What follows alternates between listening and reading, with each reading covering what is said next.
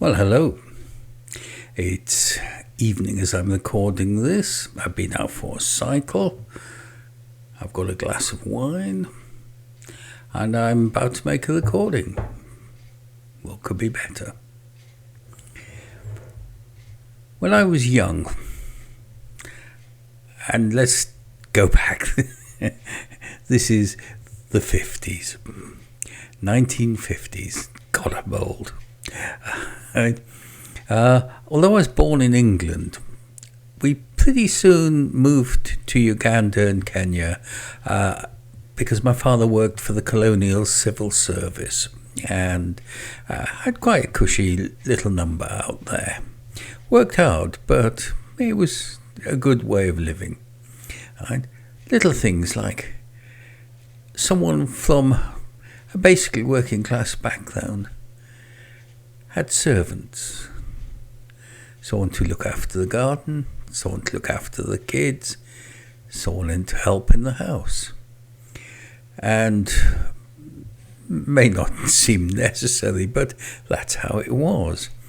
And it was lovely. Privileged, but lovely. And it was one of those things that I never even thought about. I was young, I was a kid, but it had to come to an end sometime. The people had to be given their own lands back and allowed to govern themselves. I mean, to say such a thing seems so obvious now, but to many it was not obvious then. And in East Africa, there was an informal form of apartheid. The whites mixed with the whites, the Asians with the Asians, and the Africans with the Africans, and it was as simple as that. Right? And occasionally there would be intermixing. Mostly the moneyed classes would be intermixing. The rest of us didn't. But of course, I was just one of those kids. I'd talk to anybody. And so I loved chatting to the people who were called the servants, and I was well looked after and loved by them. And given half a chance, I would have stayed there. But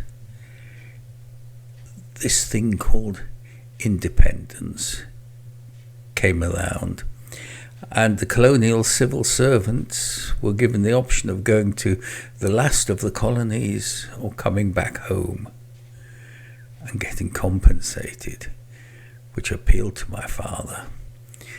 So, this poem is about that time for me, coming back to England, what some people called home.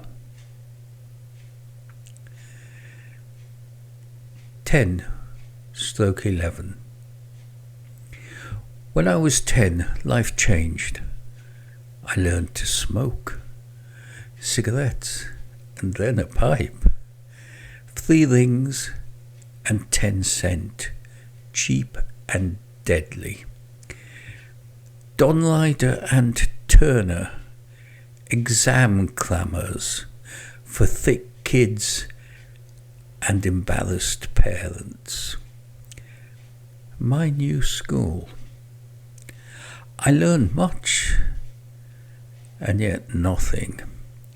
Exams passed, yes, I got the 11 plus, thanks to the old school.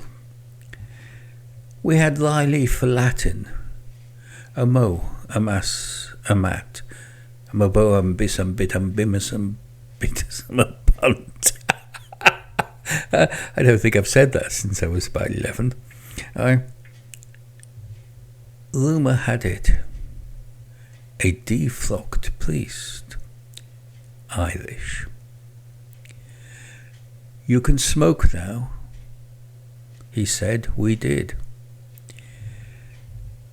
The Kontiki expedition, the travels of Speke and Livingstone, pounds, shillings, and pence, all learned One useful, many interesting. Going home, I heard. I was home. This is home. New names learned. Jomo Kenyatta, Tom Mboya. New headlines. The winds of change. Decolonization. Independence. And difficult words. Leaving. England.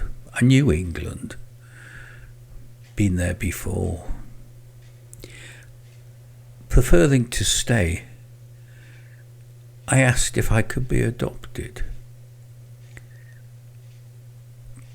Parents, shaken and angry.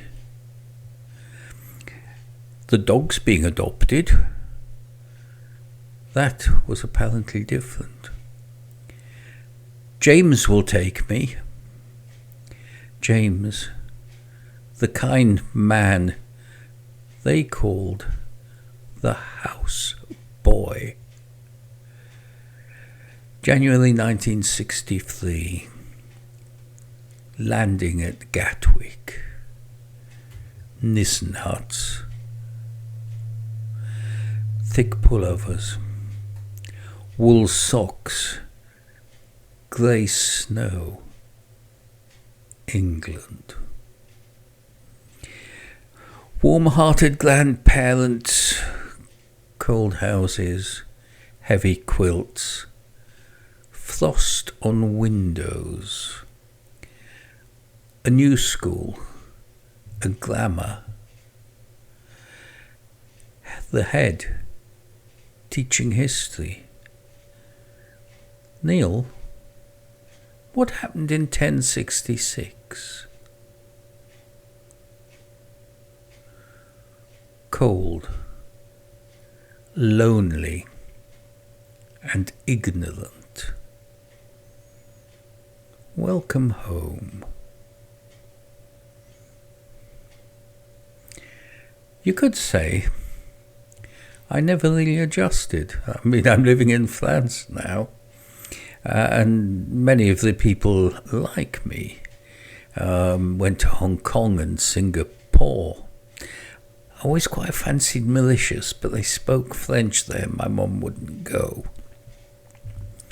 So, that was my introduction to the end of colonialization. Part of history, and gone now. So I'll be gone now. Bye. Take care.